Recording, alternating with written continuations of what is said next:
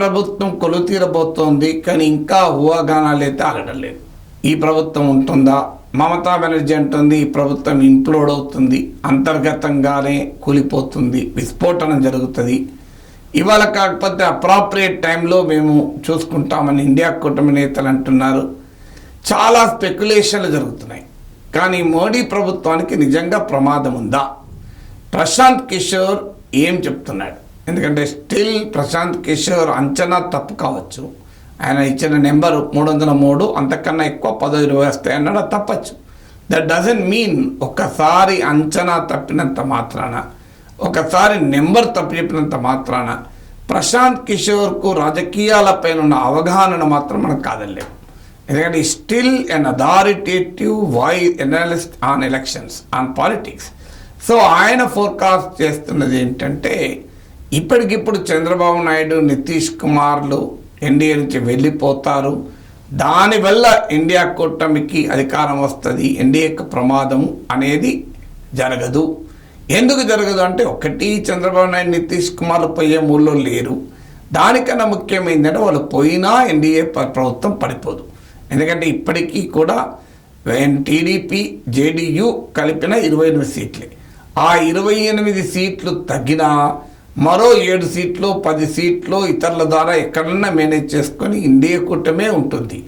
India కూటమికి ఈ సీట్లు కలిసిన, ఈ 28 సీట్లు కలిసిన ఇండియా కూటమి 242కి వస్తుంది, 272కి రాదు, ఇంకా 10 సీట్లు తక్కువనే పడతాయి.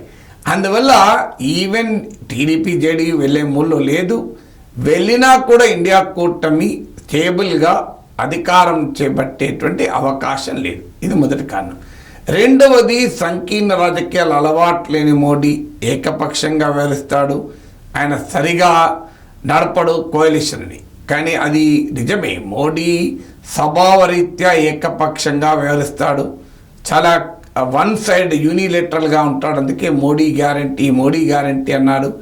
ఇదంతా నిజమే. కానీ అదే సమయంలో మోడీ పర్ఫెక్ట్ పక్కా పొలిటీషియన్ పరిస్థితులకు అనుగుణంగా తనకు తాను అడ్జస్ట్ అయ్యే క్యారెక్టర్ ఉంటుంది, అందులో మోడీలో కూడా ఉంటుంది. సో అందువల్ల మోడీ కూడా అడ్జస్ట్ అవుతాడు. ఆ సిమ్టమ్స్ కూడా కనబడుతున్నాయి. ఎన్డీఏ పార్లమెంటరీ పార్టీ మీటింగ్లో తన పక్షాల గురించి చాలా గొప్పగా చెప్పాడు. ఈవెన్ గెలిచిన తర్వాత బీజేపీ ఆఫీస్లో జరిగిన మీటింగ్లో కూడా ఎన్డీఏ అన్న పదం వాడాడు తప్ప మోడీ విజయము, బీజేపీ విజయం అని చెప్పలేదు. పైగా నితీష్ కుమార్ నాయకత్వంలో బీహార్లో, చంద్రబాబు నాయుడు నాయకత్వంలో ఆంధ్రప్రదేశ్లో అని ఎక్నాలెడ్జ్ చేయాల్సిన పరిస్థితి ఏర్పడింది. వెంటనే అద్వానీ, జోషిల ఆశీస్సుల కోసం వెళ్ళాడు.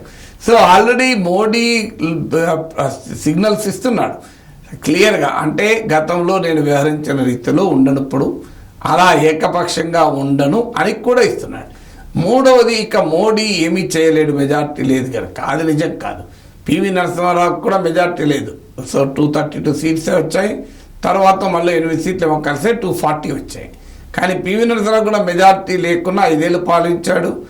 ఎకనామిక్ రిఫార్మ్స్ లాంటి ఒక అత్యంత కీలకమైన ఆర్థిక మార్పులు కూడా పివి నరసింహారావు టైంలోనే వచ్చాయి. అందువల్ల పివి నరసింహారావు టైంలోనే అతిపెద్ద ఎకనామిక్ చేంజ్ వచ్చింది.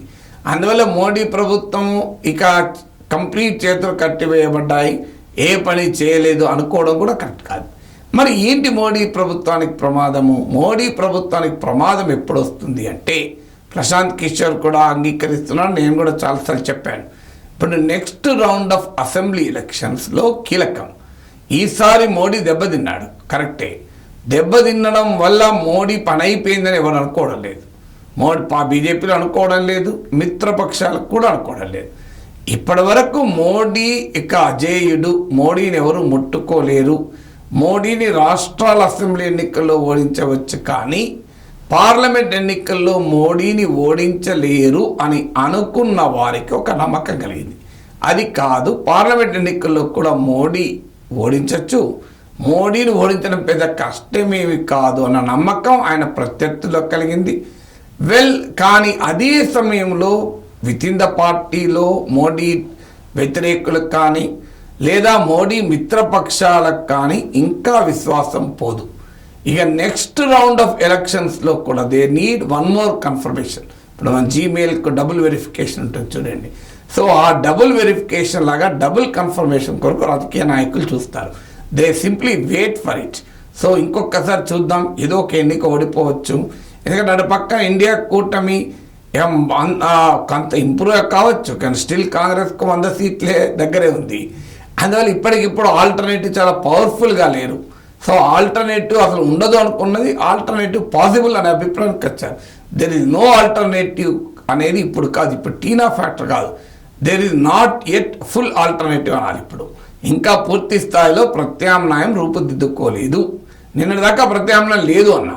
అందువల్ల ఇంకో రౌండ్ ఆఫ్ ఎలక్షన్స్లో కనుక బీజేపీ ఓడిపోతే అప్పుడు ఖచ్చితంగా బీజేపీలోని అసంతృప్తులు మొదలవుతాయి, అలెక్కలు మొదలవుతాయి, మిత్రపక్షాలు ఆలోచిస్తారు. చంద్రబాబు నాయుడు, నితీష్ కుమారే కాదు, మహారాష్ట్రలో ఏక్నాథ్ షిందేకి 7 ఎంపీలు ఉన్నారు, అజిత్ పవార్కి 1 ఎంపీ ఉన్నారు. వీళ్ళంతా కూడా ఉంటారన్న గ్యారంటీ ఏమీ లేదు ఎన్డీఏలో. నెక్స్ట్ ఎలక్షన్స్ అక్టోబర్ డిసెంబర్ మధ్య కాలంలో మహారాష్ట్ర, జార్ఖండ్, హర్యానా ఈ 3 స్టేట్లో ఎన్నికలు ఉన్నాయి. సో ఈ 3 స్టేట్ల ఎన్నికలు అనేది చాలా కీలకం. ఎందుకంటే ఈ 3 స్టేట్లో కలిపి ఒక 72 లోక్సభ సీట్లు, 48 మహారాష్ట్ర, 10 హర్యానా, 14 జార్ఖండ్. కానీ ముఖ్యం ఏంటి అంటే ఇవి కీలకమైన నార్త్ ఇండియన్ స్టేట్స్, కీలకమైన నార్త్ అండ్ వెస్ట్ అంటే బీజేపీకి బలం ఉన్న ఉత్తర, పశ్చిమ భారతదేశాలు ఉన్నాయి.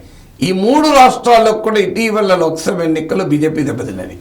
మీరు మహారాష్ట్రలో భారీగా దెబ్బతిన్నది, ఇండియా కూటమి 30 అవుట్ ఆఫ్ 48 సీట్లు వచ్చాయి. హర్యానాలో దెబ్బతిన్నది బీజేపీ, జార్ఖండ్లో కూడా దెబ్బతిన్నది. అందువల్ల అపోజిషన్కు అవకాశం ఉన్న స్టేట్స్ ఇవి. ఈ స్టేట్స్లో కనుక మోడీ మళ్ళీ అసెంబ్లీ ఎన్నికల్లో బీజేపీని గెలిపించగలిగితే, ఎన్డీఏని గెలిపించగలిగితే ఇండియా కూటమి ఇప్పుడు కాస్తంత కాన్ఫిడెన్స్ క్రియేట్ అవ్వడం మొదలైంది, అది కాస్త దెబ్బతింటుంది. కానీ ఇండియా కూటమి కనుక ఈ 3 స్టేట్లో గెలవగలిగితే అవకాశం కూడా ఉన్నాయి 3 స్టేట్లో. అందులో ఆల్రెడీ జార్ఖండ్ ఇండియా కూటమి చేతిలో ఉంది. మిగతా 2 స్టేట్ కూడా ఇండియా కూటమి గెలవగలిగితే మాత్రం ఖచ్చితంగా మోడీ ప్రభుత్వానికి కౌంట్ డౌన్ బిగిన్ అయ్యే అవకాశం ఉంది. ప్రశాంత్ కిషోర్ ఇంటర్వ్యూలో కూడా మనకు అర్థమవుతున్న అంశం ఇది.